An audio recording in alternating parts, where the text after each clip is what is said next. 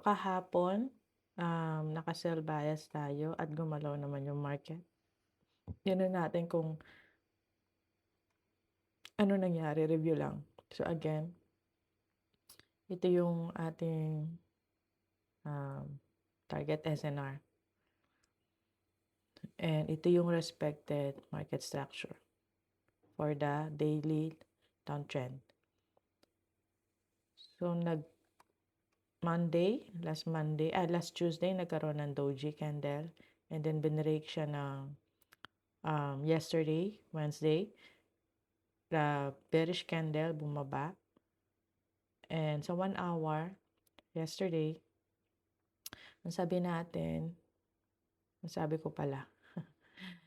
So, sell bias tayo, no?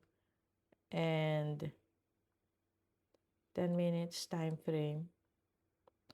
Okay. So, nag-break siya rito. Okay? So, 9 o'clock trade window natin, 8 a.m. Philippine time. And then, ni-retest niya itong market structure ng 10 minutes. Pagka-retest niya ng market structure ng 10 minutes, sabi ko, and hindi lang yun pivot. Kasi respected ng golden pivot area.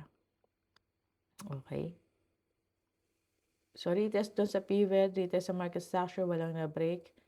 So, this is the last candle science ng 10 minutes, no? Itong green na to. And then, dito siya na-break. Okay? So, stop loss sa taas. And dahil sabi ko nga, meron ditong recent high, low na ni-respect again siya. So, baka mag-irespeto ulit. At dahil itong value na to, umakyat siya hanggang dito. So, medyo sabi ko, baka i-respeto ulit. Ni-respect naman niya, pero wala nang ganun kalaking order. Boost na, exhausted na yung order dito. During this time to, yan, yung RSI natin, paakyat na din. So, nung nag-profit siya, pagkatating niya doon, nag-break even ako. So, obviously, na-hit siya dahil umakyat siya doon. Okay? The Asian session trade is done. According sa strategy, we can have our second entry sa 2 p.m. candle, 10 minutes time frame. So, 2 p.m. candle, 10 minutes time frame, 1 a.m. sa sa Philippines, 1 a.m., 10 minutes. So, ito yung candle na ito, no?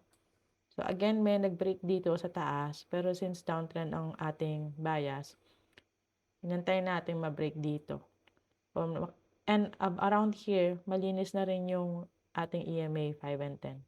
Knockout EMA natin, no? So, actually, pinakamaaga yung entry, pwede kayong mag-trade dito. Pinakamaaga. But this is outside the trade area. So, hindi pala pwede dyan. So, 2 o'clock nga lang, according sa strategy. Hindi na siya umabot. Hanggang alas 12 kasi sa Asian. And hanggang alas 5 naman sa London. Okay, so 2 dito, nag-break doon. So, short. Stop loss sa taas sa recent high. 1:3 maximum.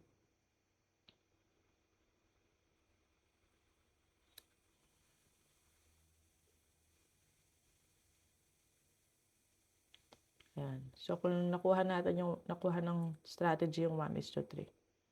There. Bumaba pa siya hanggang doon. Ngayon, still, since ang daily natin is sell, so, ang 1 hour natin is naka-buy. So, mag-aantay tayo. At least, ma-break niya to. Dito. Around here. No? Kasi naka-buy pa yung 1 hour. So, ibig sabihin, hindi pa enough yung momentum ng seller to push. Nasa consolidation din yung RSI natin ng 1 hour. To push yung market lower pa. So, hintayin natin at least ma-break siya dito. And then, yung 10 minutes natin, Teka lang, balik tayo sa 1 hour. Para clear lang yung market structure ng 1 hour natin. I mean yung mga nodes niya. Ito yung 1 hour ha. So, dito, bumaba doon hanggang doon. Umakyat dito. Bumaba hanggang dito. So, this is actually the market structure of 1 hour. So, pag na-break tong 1 hour na to,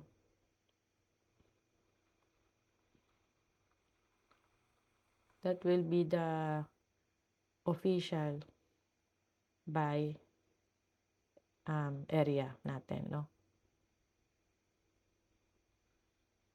Ito. Ngayon, bababa siya. So, dito naman yung ating goal line. Okay? So, creating siya lower low. Sell pa rin yung bias natin for today.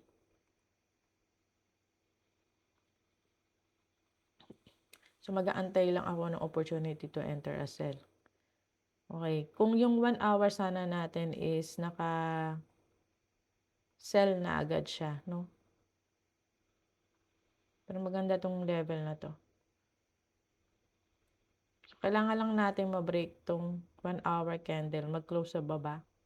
Para at least meron tayong daily sell, 1 hour candle sell. And then, tayo natin yung 10 minutes natin na mag-sell. So, obviously, siguro, wag lang magkaroon ng wicks. Pag nag-break, nag-close dito sa baba, yung 10 minutes is sell na rin yan. So, added confluence again, pwede nyo i-add yung EMA 5 and 10. Yung RSI medyo hindi siya ganun ka-reliable eh.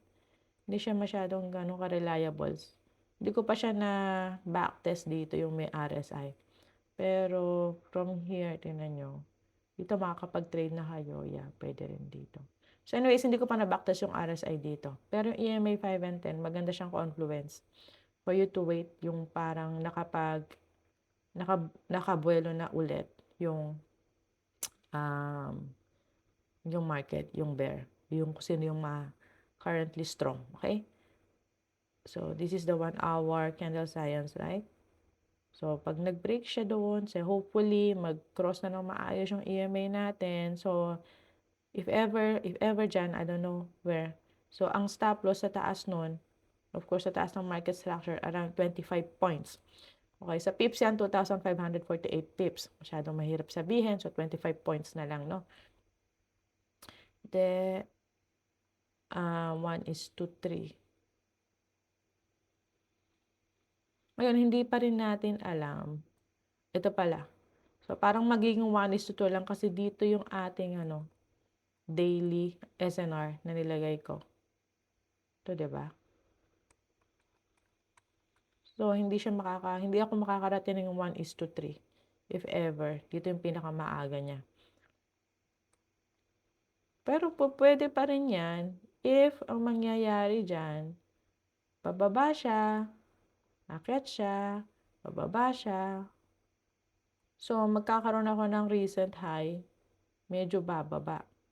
Kaya lilit yung stop loss ko, makuha natin yung 1:3 na RR. So, depende sa gagawin ng market. Basta, hintayin natin ma-break yung 1 hour. No? And again, ito po ay pag-aaral, hindi po ito signal. Okay? Medyo matatanda na tayo sa trading. Kaya nga, ginagawa ko to ng kasama kayo para naiintindihan nyo. And then, mag-decide po kayo ng sarili nyo dahil nga tayo ay matatanda na sa trading, no? Wala na ritong baguhan. Hope so. Okay, God bless everyone. Remember, Jesus loves you, okay? Enjoy your day and God bless your day.